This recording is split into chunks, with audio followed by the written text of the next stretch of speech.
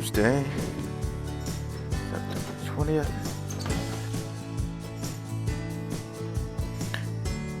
There's Blender. Whew, it's hot or humid. Not the ideal conditions. Hey, buddy, be a good girl. See ya. Of course, I have to have my shit.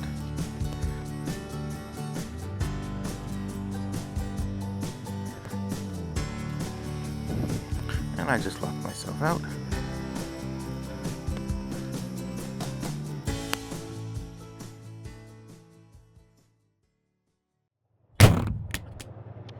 Hey everyone, good morning. It's probably about 5:40 or so a.m. in the morning. Just crossed the Ben Franklin Bridge. I'm on my way to Ottawa. Whoa, it has been a long journey getting here. And a lot's happened since the last time I guess I've motovlogged. So, where to start? I guess my last really big trip was going down to Virginia, to the back of the Dragon. And when I came back, or during the time I should say when I was there, just give me a second here, shift lanes, I had a leak in my front fork. One of the seals, I guess, got a little gash in it. It was leaking with fluid. Not good. And there really wasn't too much I could do while I was there. R-rated. Fellow writing partner who was with me at the time was helping me when he could, trying to like clean it out, see if there's any dirt and debris up in the seal. And I mean, it was a little bit, but it seems like there was a little burr itself on the fork. And when it was sort of telescoping up and down, it was sort of slicing into the gasket, to the seal. Anyway, not important. What's important was it's fixed. And that took a while for them to get the part from overseas, of course. And they were super nice. They actually placed it under my warranty, which had expired, but they covered the cost for that, and I just had to pay for the labor. So that was really good. I've got some new rotors and 2 new brake pads. And then about a month ago, my wife and I were going to our town's farmer's market, had parked in a lot, and when we came back, someone had knocked my bike over. I guess they didn't like where I had parked it. I don't know if it was too close to their car or what. And there really wasn't too much damage other than some scruffs and scratches on my heat shield, on my muffler. We now entering the Scooterwolf, also known as the Schuylkill Expressway. And as you can see, they've paved this. And some parts of it were exposed with the groove pavement. But I'm on some fresh asphalt now. That's really good. Blacktop, what have you. So anyway, yeah, fortunately there wasn't any serious damage that I could see. However, you know, my bike's been making some strange noises when I start the engine up. Loud, sort of, I don't know, hopping sounds, I would say, in the idle of the engine. And then after a while, it kind of just goes away. So, but right now it feels like it's kind of moved on. I don't know if something got spilled in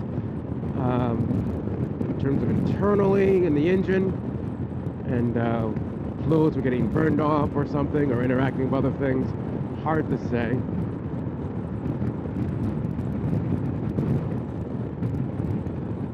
But my fingers are crossed. Other than that, the bike has been running just beautifully. And so, as I said, new rotors, new brake pads, new fork, new heat shield. Cosmetically, it looks great. I'm all packed. And this is also a very significant ride for me. It's my second time on my new bike going up to Ottawa. Why am I going to Ottawa? I'm attending a film festival and a conference.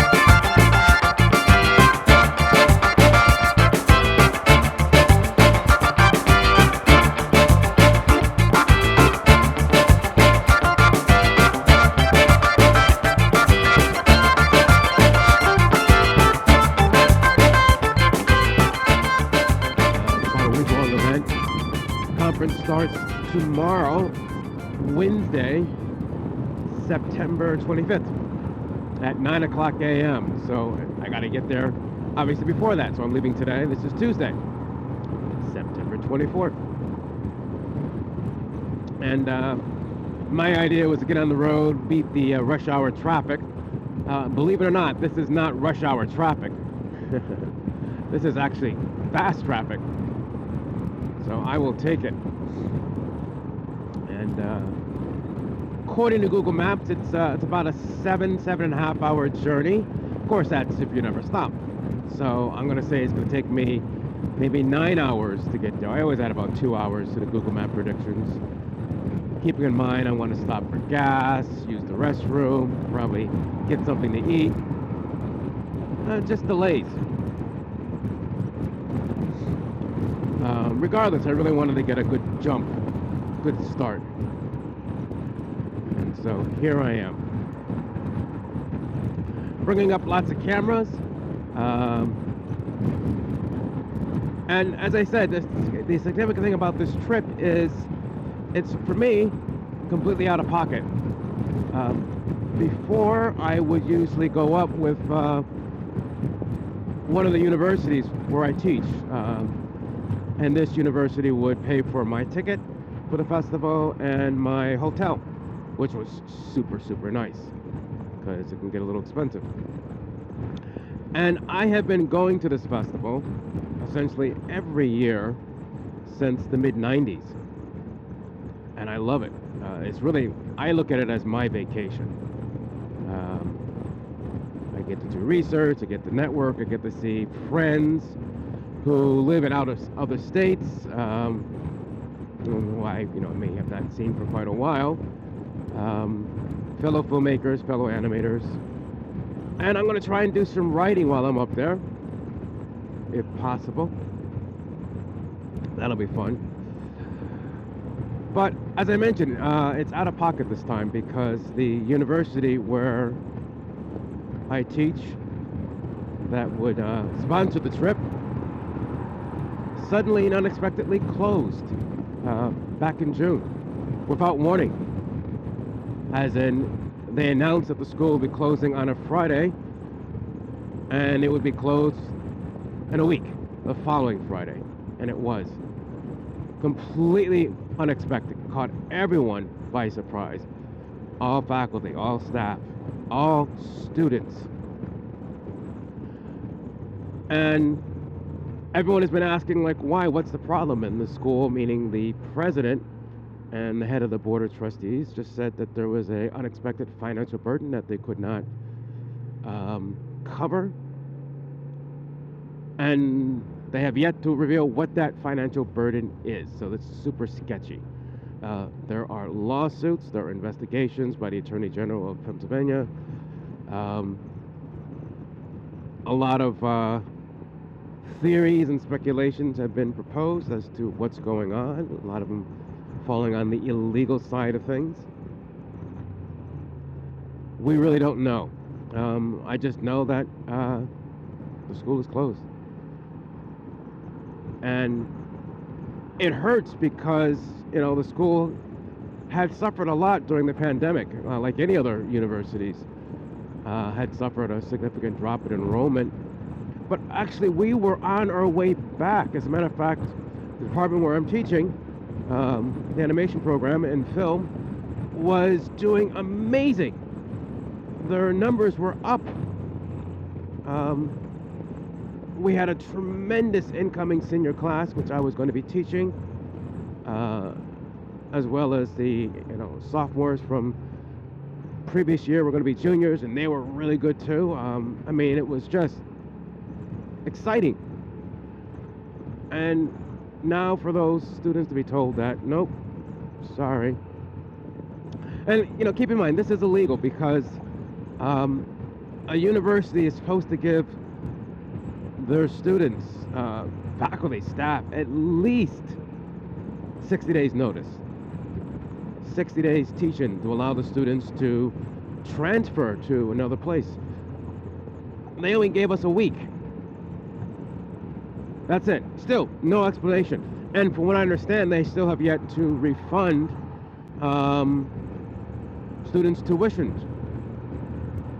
I was set to teach a summer school class, which would have been in the entire month of July almost.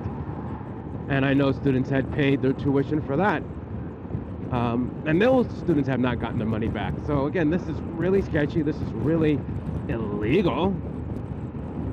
And the latest news of the school has officially filed for bankruptcy. And there's motion to try and pause that because, they get to just walk away scot-free, I guess, once that happens. And we won't be able to get any answers. So anyway, yeah, it's really outside of my wheelhouse. I'm the low man on the totem pole, as they say. So yeah, I'm heading up. I did teach another summer workshop, and the funds from that are paying for about 90% of this trip, so that's good. And keep in mind, I teach at other schools as well. But the University of the Arts was my alma mater. Myself and my wife both went there. We met there 3 days before we graduated, and essentially been together since. I have taught there the longest, 33 years. So this hurts. And I was on the faculty council, where we're in contact with the provost and the board of trustees, and we have sort of an ear on the inner workings of the school, and even we didn't hear anything remotely suggesting, teasing about some sort of a financial hardship. Just really came out of nowhere. Anyway, I've just also been documenting Ottawa for years, and maybe I need to make something out of it. It's a really beautiful city. It's the country's capital. The parliament is there. A lot of historical museums, tourist spots. And it's just a lot of fun. So, it's a part of my life, and I just, like I said, I didn't want it to end. So anyway, phase 1 of the journey, getting out of Dodge, getting out of Philly, and seeing my exit coming up, 331B, Plymouth meeting, I-476.